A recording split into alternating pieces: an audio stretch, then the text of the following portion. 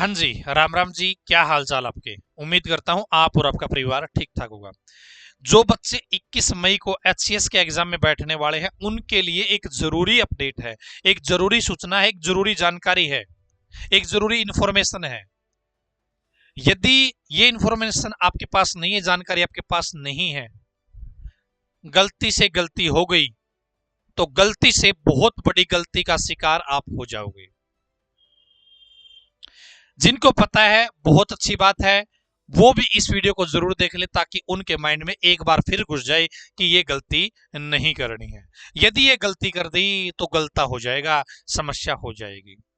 उससे पहले एक जरूरी चीज और आपके साथ शेयर करना चाहूंगा। देखिए, 21 तारीख को जिस टाइम पे आपका एग्जाम है, मान लेते हैं 11 और 12 के बीच में आपका एग्जाम है, तो आजकल इस टाइम में अपना माइंड एक्टिव रखना। आप क्या कह रहा हूं मैं? इस टाइम पे अपना माइंड एक्टिव रखना। कहीं आप सोचो कि चलो आज भी मैं 11 से 12 के बीच में रेस्ट कर लेता हूं, हो जाए ऐसा शेड्यूल बैठ जाए कि उस टाइम पे आप रेस्ट कर रहे हो, कल फिर सोचते कि 11 से 12 के बीच में रेस्ट कर लेता हूं। परसों भाई आप जब एग्जाम टाइम होगा ना, तो आपको उस टाइम पे अपने आप नींद आने लग जाएगी। ठीक है? तो इस चीज को ध्यान में रखना कि जिस टाइम पे आपका एग्जाम टाइम है, जो एग्जाम शेड्यूल है, उस टाइम पे अपने माइंड को एक्टिव रखने की स्थिति में रखना। ठीक है? इस बात का ध्यान रखना।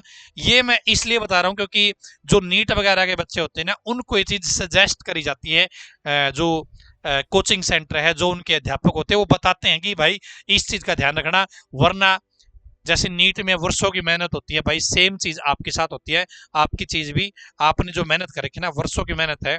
एचसीएस छोटी चीज नहीं है। यदि एचसीएस क्रैक हो जाता आपका, तो भाई बहुत बड़ी चीज आपको मिल जाएगी, आपको पता है इस चीज का।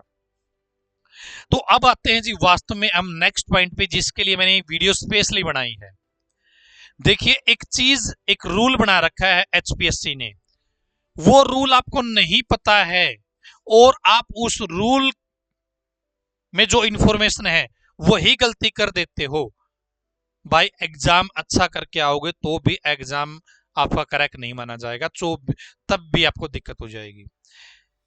अभी आपको पता होगा कि एक गोला, दो गोला, तीन गोला, चार गोला, पांच गोला, इस तरीके से पांच ऑप्शन है आपके फॉर्म में, आपके आंसर शीट के ऊपर पांच ऑप्शन रहने वाले हैं।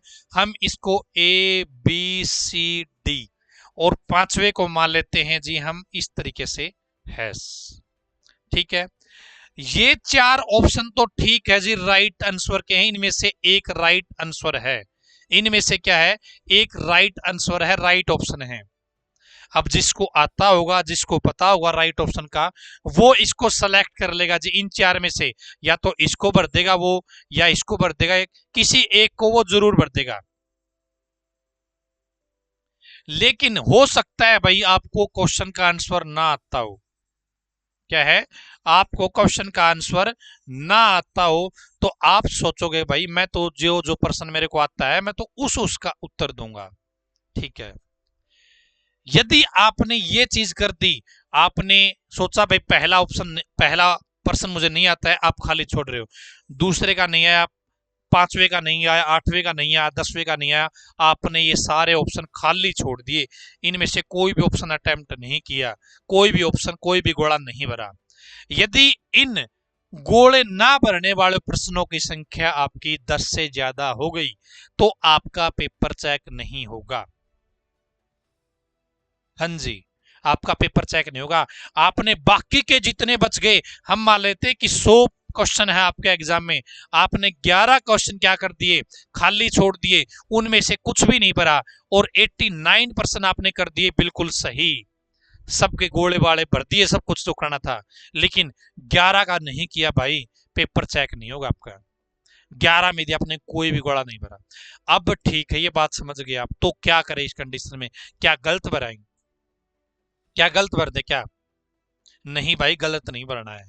ये चार ऑप्शन, इनमें से एक ऑप्शन आपका सही का है, लेकिन ये जो पांचवा ऑप्शन है ना, ये उसका है कि भाई मुझे उत्तर नहीं पता और मैं इसको भरना चाहता हूं, मैं इन चारों में से कोई उत्तर नहीं देना चाहता, मुझे पता ही नहीं है, मैं तो इसको भरना चाहता हूं।